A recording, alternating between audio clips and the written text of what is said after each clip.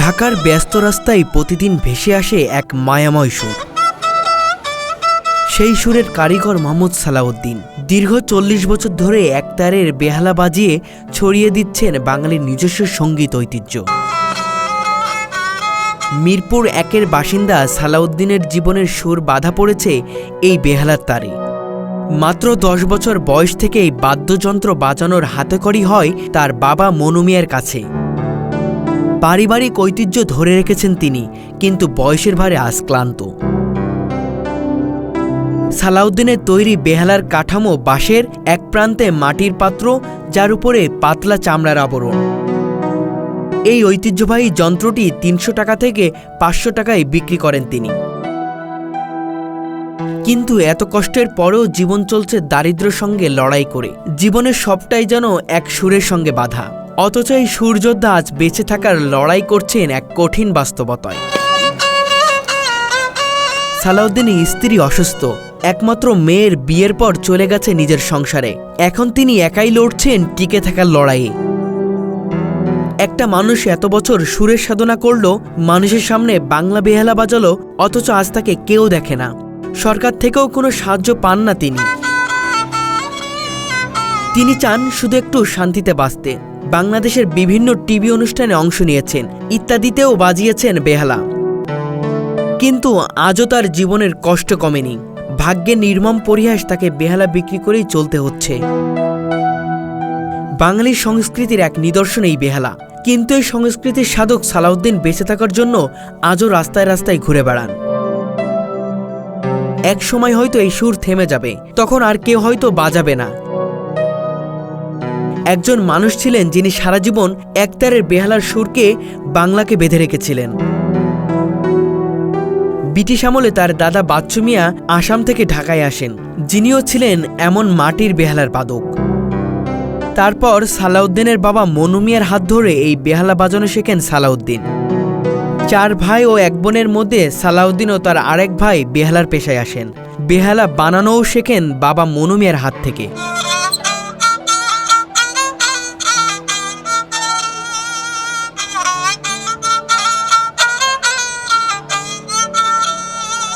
দর্শক, বাঁশের বেহালায় সুর তোলা সালাউদ্দিনকে কে বা না চিনে?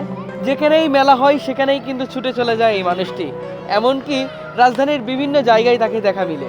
দীর্ঘ ৪০ বছর যাবৎ এভাবেই বাঁশের যে বেহালাগুলো আছে সেই বেহালা বাজিয়ে মানুষকে আনন্দ দিয়ে গিয়েছে। আজকে সেই মানুষটির সাথে কথা বলবো, জানার চেষ্টা করব তিনি কেমন আছেন এবং কিভাবে চলছে তার জীবন। আসসালামু আলাইকুম, কেমন আছেন? আছি মোটামুটি। আচ্ছা, জানতে চাচ্ছি যে বাঁশের বেহালায় আপনি বাজিয়ে মানুষের মধ্যে আনন্দ দিন, মানুষের বিনোদন দিন, কত বছর ধরে? আমি ৪০ বছর ধরে বেহালা রাজপথে হেঁটে হেঁটে বাজাই, মানুষকে আনন্দ দিই বিভিন্ন এলাকার ভিতরে, বিভিন্ন মেলার ভিতরে। তো মানুষকে আনন্দ দেওয়ার মাঝেও আমি কিছু বিক্রি করি। এই বিক্রি করে রোজগার করে কোনো মতন আমার বাল বাচ্চা দিন কারণ এটা একসময় আমার কোনো চিন্তা ছিল না, যে এটা আমাদের পূর্বপুরুষের থেকে আসছে। আমার দাদা করেছে, আমার বাবা করেছে, আমার চাচা করেছে, ৩ করে চলে গেছে। এখন আমি আছি, আমার পরে হয়তো কেউ আসবে বা কেউ আসবে না। তো ইচ্ছা আছে, আমার এক নাতিন আছে, ছোট নাতি, ওকে আমি বানাবো। ওকে বানানোর পরে মানে আমি আর পাবে না, আমি দুনিয়ার থেকে চলেই যাবো।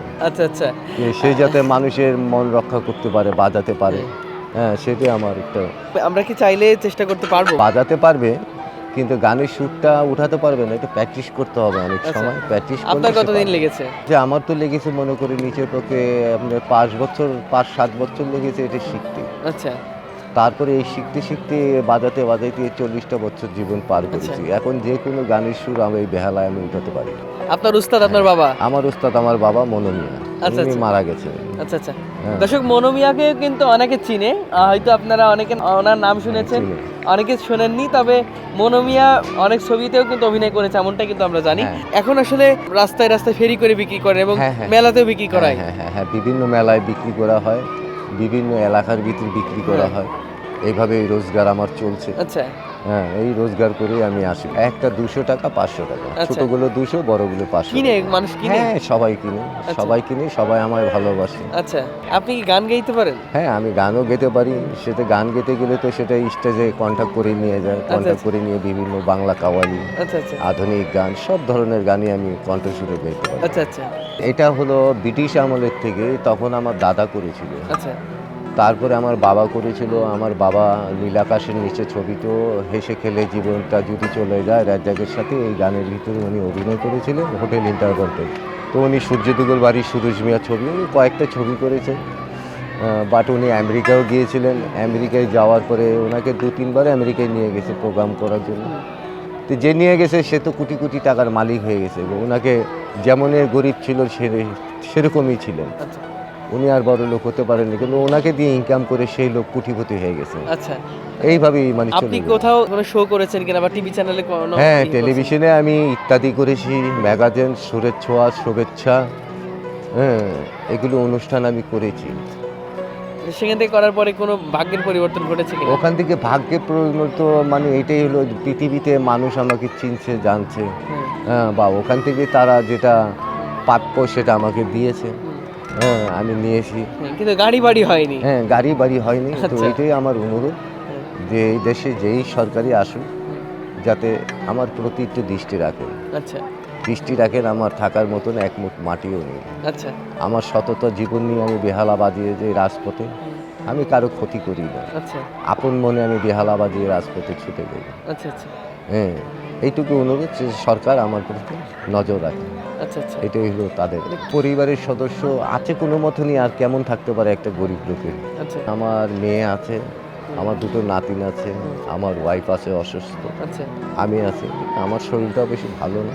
হুম, এইটাই হলো ঘটনা। তো তারপরে জনগণের জন্য যদি মরেও যাই তাও আমার স্বার্থ। বানান কোথায় এগুলা? হ্যাঁ, বানাই, আমার বাসায় বানাই, আচ্ছা। বাসার থেকে বানিয়ে আমি। এটা এখন বানাতে কেমন খরচ এক একটা? একটা বানাতে আপনার মনে করেন 1 থেকে 150 টাকা খরচ চলে যায়। আচ্ছা আচ্ছা পার পিস 50-70 টাকায় আর লাভ হয়। লাভ হয়, হ্যাঁ, এভাবেই চলছে। এইভাবেই চলছে। আচ্ছা আচ্ছা প্রতিটা মানুষের কাছে যান নাকি আপনার কাছে আসে তারা? না, মানুষই আমার সুরের মাঝে মানুষকেই টেনে নিয়ে আসে, আচ্ছা সুরেই টেনে নিয়ে আসে। আচ্ছা আচ্ছা তাই মানুষ মুগ্ধ হয়ে একটা বেহালা কিনে নেয়। আচ্ছা আচ্ছা যে আমি পারি আর না পারি, একটা বেহালা আমি নিয়ে যাই, আমি নিয়ে যাই। বাজাবো, আমার বাচ্চা বাজাবে, আচ্ছা আচ্ছা নাতিপুতিরা বাজাবে, আনন্দ পাবে, আচ্ছা। বাজ কেউ সুপেশ হিসাবে রেখে দেয়। দর্শক, কথা বলছিলাম সেই সালাউদ্দিনের সাথে, জেনে 40 বছর এভাবেই বাঁশের বেহালা বাজিয়ে মানুষকে আনন্দ দিয়েছে এবং সেই আনন্দ দেওয়ার পরে তিনিও আনন্দ পেয়েছেন এবং পাশাপাশি এই বেহালাগুলো বিক্রি করে তার চলছে সংসার, তার চলছে পরিবার। দর্শক, কথা বলছিলাম তার সাথে, শোনার চেষ্টা করছিলাম তার গল্পগুলো।